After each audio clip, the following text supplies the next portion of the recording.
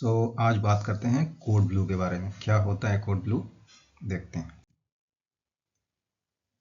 Code blue क्या होता है कि code blue is a hospital emergency alert used when a patient heart stop और दे स्टॉप ब्रीदिंग।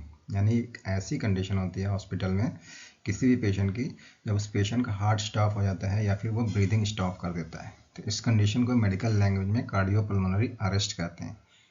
कार्डियो मतलब heart होता है, पल्मोनरी मतलब लंग्स। ठीक, तो इन दोनों का अरेस्ट जब होता है, यानी दोनों काम नहीं करते हैं, इस कंडीशन को हम लोग कोड ब्लू कहते हैं या फिर कार्डियोपल्मोनरी अरेस्ट। ठीक, it mean the patient need immediate resuscitation. अब ऐसी कंडीशन अगर किसी पेशेंट की हो गई है तो हमें इमीडिएट उसको रिससिटेट करना पड़ेगा। ठीक है, including CPR, oxygen support and emergency medicine. CPR देंगे उस पेशेंट को। सीपीआर का full form cardiopulmonary resuscitation. Oxygen provide करेंगे उस पेशेंट को, तुरंत ही ऑक्सीजन देंगे, एंड इमरजेंसी मेडिसिन यूज़ करेंगे। और उसके लिए एक ट्रेंड मेडिकल टीम होती है जो कि उस स्पॉट पे जाएगी, उस वार्ड में जाएगी जिस वार्ड में पेशेंट मौजूद है। मेडिसिन वार्ड में हो सकता है, सर्जरी वार्ड में हो सकता है, डर्मा वार्ड में हो सकता है, किसी भी वार्ड में कभी भी किसी भी पेशेंट की कंडीशन ख़राब हो सकती है, यानी कि कोड ब्लू वाली कंडीशन हो सकती है। तो उस वार्ड में या उस स्पॉट पे या उस जगह पे हम मेडिकल टीम को भेजते हैं क्रैश कार्ड से। क्रैश कार्ड्स के साथ जाएगा। क्रैश कार्ड में सारी मेडिसिन, इमरजेंसी मेडिसिन होती हैं, और पेशेंट की लाइफ को सेव करने के लिए वहाँ पे उसको टीम को भेजते हैं। अब ये सवाल है कि कोड ब्लू कैसे होता है, कौन कौन सी कंडीशंस होती हैं। तो यहाँ पे following these are the conditions.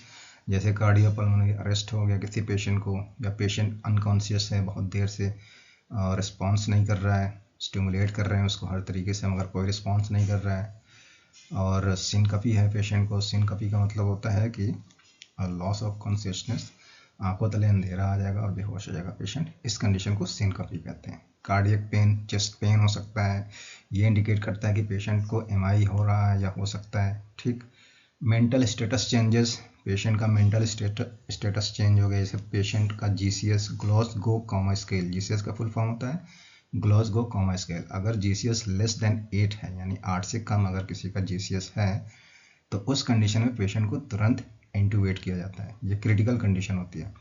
तो ये सारी कंडीशंस कोड ब्लू के अंतर्गत आती हैं। ठीक, आते हैं, बात करते हैं कोड ब्लू फेजेस के बारे में। तो फेज़ 1 क्या होता है? फेज़ 1 में रिकॉग्निशन एंड एक्टिवेशन। पेशेंट को रिकॉग्नाइज करेंगे कि क्या इसकी सच में कंडीशन ऐसी है कि कोड ब्लू एक्टिवेट किया जाए। तो उसमें की पॉइंट्स जो होते हैं आइडेंटिफाई करने के कि पेशेंट की कंडीशन कोड ब्लू वाली है कि नहीं। इसमें सबसे पहले चेक करते हैं कि रिस्पॉन्सिव है कि नहीं पेशेंट। अगर पेशेंट कोई रिस्पॉन्स नहीं दे रहा है, स्टिमुलस देने के बाद भी कोई रिस्पॉन्स नहीं दे रहा है, बिल्कुल एकदम से अनरिस्पॉन्सिव है, या फिर पेशेंट ब्रीथ नहीं कर रहा है, कोई ब्रीदिंग नहीं आ रही है, और कोई पल्स नहीं मिल रही है उसकी, हमने सारी पल्स चेक कर ली हैं, कैरोटिड पल्स सबसे लास्ट में और ये सबसे इम्पॉर्टेंट होती है वो भी नहीं मिल रही है। जैसे हम लोगों ने पहले रेडियल पल्स चेक की, फीमोरल पल्स चेक की, तो कुछ भी नहीं मिल रहा है, कोई पेरिफेरल पल्स नहीं मिल रही है। लास्ट में कैरोटिड पल्स चेक की, वो भी नहीं मिल रही है, कोई पल्स ही नहीं है, एब्सेंट है। तो इस कंडीशन को कोड ब्लू नाम दिया जाएगा और तुरंत एक्टिवेट करेंगे या फिर कॉल करेंगे इमरजेंसी टीम को। तो वहाँ से जो टीम आती है क्रैश गार्ड के साथ आती है, एयरवे इक्विपमेंट उसके साथ होते हैं, एंड डिफिब्रिलेटर भी होता है। वहाँ पे आने के बाद पेशेंट को हाई क्वालिटी सीपीआर दिया जाता है, चेस्ट कंप्रेशन उसका होता है। आगे देखते हैं। बात करते हैं फेज़ 2 की। तो फेज़ 2 में बेसिक लाइफ सपोर्ट स्टेबलाइजेशन होता है। इसमें इंपॉर्टेंट की पॉइंट्स होते हैं टू मेंटेन CAB। सी का मतलब कंप्रेशन, ए का मतलब एयरवे, एंड बी मतलब ब्रीदिंग। कंप्रेशन में क्या होता है कि CPR जो देंगे, कार्डियोपल्मोनरी रिससिटेशन का रेट जो होता है 100 to 120 पर मिनट, इसका रेट होता है CPR का। और जो स्टर्नम को हम लोग प्रेस करते हैं वो 5 to 6 सेंटीमीटर डेप्थ में जाना चाहिए। इतनी ताकत से प्रेस करना है कि 5 to 6 सेंटीमीटर अंदर तक जाए, तो ही इफेक्टिव CPR होता है वो। ठीक है, एयरवे को इस तरीके से सेट करेंगे, एडजस्ट करेंगे कि जब हम ब्रीदिंग करें तो वो प्रॉपर तरीके से लंग्स में एयर इंटर कर जाए। तो उस कंडीशन को कहते हैं हेड टिल्ट, चेन लिफ्ट और जॉ थ्रस्ट, ये कंडीशन होती है। हेड टिल्ट चिन लिफ्ट मैनुअर होता है, और दूसरा होता है दोनों तरफ से जॉ को पकड़ के उस पर ऊपर की तरफ खींचते हैं तो वो जॉ थ्रस्ट मैनुअर कहलाता है। ठीक, नेक्स्ट है breathing, bag and mask ventilation. 30 times CPR देने के बाद 2 टाइम्स ब्रीदिंग करते हैं, तो जो ब्रीदिंग करेंगे वो इफेक्टिव हो, हमारी ब्रीदिंग लंग्स तक पहुंचे, हवा लंग्स तक पहुंचे, इसके लिए हम लोग हेड टिल्ट चिन लिफ्ट और जॉ थ्रस्ट मैनुअर करते हैं।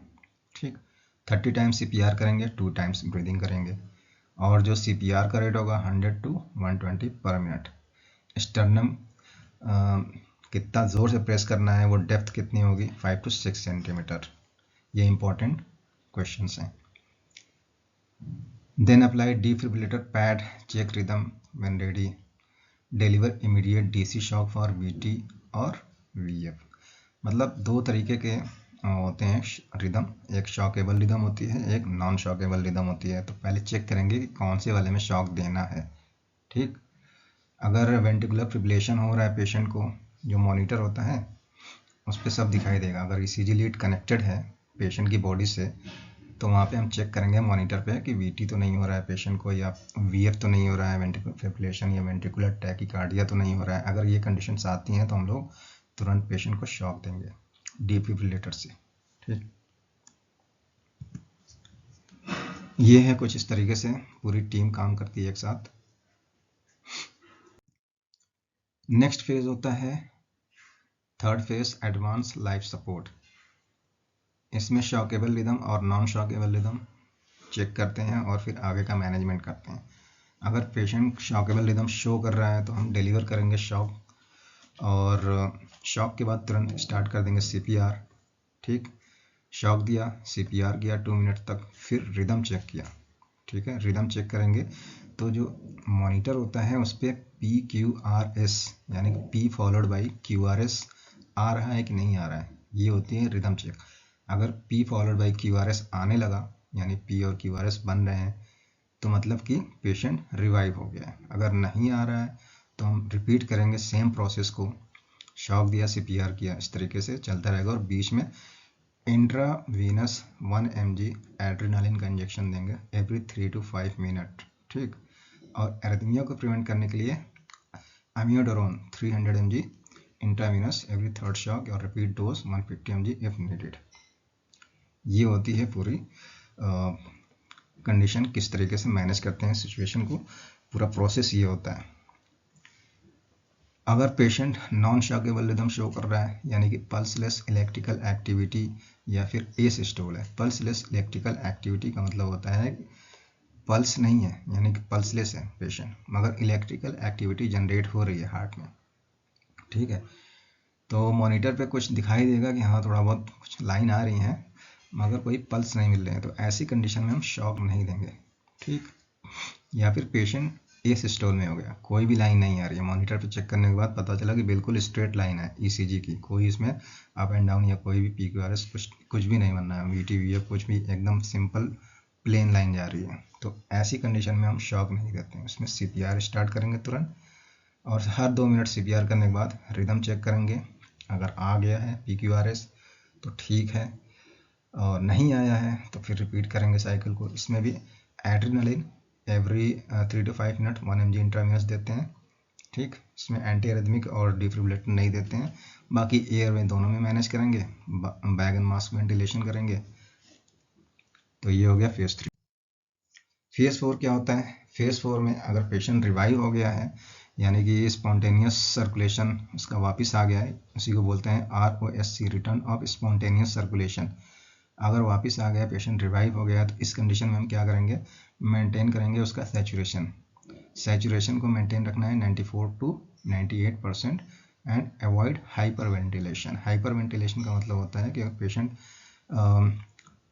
अम्बू बैग कनेक्टेड है, उससे इंटूबेट कर दिया गया है पेशेंट को, अम्बू बैग आपके हाथ में है और आपको बहुत जल्दी प्रेस नहीं करना है। उसका एक तरीका होता है, जैसे 1001 बोलने के बाद एक बार प्रेस करना है, 1002 बोलने के बाद फिर प्रेस करना है, इस तरीके से। ये नहीं कि आपके हाथ में अम्बू बैग है तो आप प्रेस किए जा रहे हैं नॉन स्टॉप। ऐसे करने से क्या होगा, हाइपर वेंटिलेशन हो सकता है। हाइपर वेंटिलेशन में क्या होगा कि पेशेंट को रेस्पिरेटरी अल्कलोसिस होगी, एक कंडीशन होती है, EBG कराने के बाद पता चलेगा कि बहुत ज़्यादा ऑक्सीजन है उसके ब्लड में, तो ये भी एक डेंजरस कंडीशन है। ठीक, BP मेंटेन करेंगे पेशेंट का। सिस्टोलिक ब्लड प्रेशर कितना होना चाहिए, more than 90 millimetre of mercury, and mean arterial pressure जो होता है more than 65 millimetre of mercury, उसको हमें मेंटेन करके चलना है। कैसे मेंटेन करेंगे, फ्लूइड देंगे, बोलस में फ्लूइड देंगे, ठीक, या वैसो प्रेशर कनेक्ट करेंगे, ठीक है, एंड ECG कराएंगे तुरंत और चेक करेंगे कि कोई MI का सिम्टम तो नहीं है, कोई साइन तो नहीं है, ECG में कोई ऐसे चेंजेस तो नहीं है जिसकी वजह से MI हो रहा हो या हो गया हो। तो अगर MI हो गया तो उसको तुरंत MI का ट्रीटमेंट भी दिया जाना चाहिए। एंड टेम्परेचर मैनेज करेंगे उसका 32 to 36 डिग्री फॉर 24 आवर्स। ठीक, पेशेंट का RBS करा के चेक करेंगे कि इसको हाइपोग्लाइसीमिया तो नहीं है, या फिर अगर सीजर आ रहा है तो चेक करेंगे क्यों सीजर आ रहा है। कभी कभी हाइपोग्लाइसीमिया की वजह से सीजर्स आते हैं, झटके आते हैं पेशेंट को।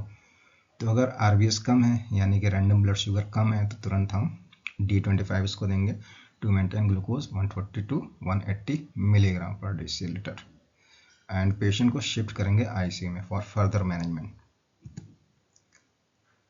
ये पूरी टीम है जो काम कर रही है, सब लोग अपना अपना काम कर रहे हैं। एक पेशेंट की एक जो नर्स है वो नोट कर रही है कि कब कौन सा इंजेक्शन दिया जा रहा है पेशेंट को, और शॉकेबल रिदम है कि नहीं है, वो सब उसमें नोट किया जा रहा है। ठीक है, फेज 5 क्या होता है, डीब्रीफिंग एंड डॉक्यूमेंटेशन फेज। इसमें क्या होता है, डॉक्यूमेंटेशन हर चीज़ का रखा जाता है, जैसे अरेस्ट आया, कार्डियक अरेस्ट आया तो कब आया, उसके बाद CPR कब स्टार्ट हुआ, कितनी देर तक चला, शॉक दिए गए कि नहीं दिए गए, कौन सी रिदम थी, शॉकेबल थी कि नहीं थी, हैं। और उसके बाद फिर जो है ड्रग्स, कौन कौन सी ड्रग्स दी गई, रिटर्न ऑफ स्पॉन्टेनियस सर्कुलेशन कब आया, टाइमिंग हर चीज़ की नोट की जाती है। फिर टीम की परफॉर्मेंस को एनालाइज किया जाता है, डीब्रीफिंग की जाती है। अगर पेशेंट बच गया, टीम ने अच्छा काम किया तो हम लोग और अच्छा काम करेंगे उससे आगे। अगर पेशेंट किसी वजह से नहीं बच पाया, कहीं कोई कमी रह गई या पेशेंट की ही कंडीशन इतनी ख़राब थी कि बचने लायक नहीं थी, तो इस पे सारी चीज़ों को डिस्कस करके और बेहतर करने की कोशिश की जाती है। पेशेंट्स की फैमिली से कम्युनिकेट करेंगे, उनको समझाएंगे, उनको बताएंगे कि आपके पेशेंट की कंडीशन बहुत ज़्यादा क्रिटिकल है और CPR इसका हुआ है, ये मेडिकेशन दी गई हैं। इस तरीके से हम लोग पूरी तरीके से कम्युनिकेट करेंगे और फर्दर इम्प्रूव करेंगे patient, further improve future code blue response. ठीक, ये होता है फेज 5। Thank you.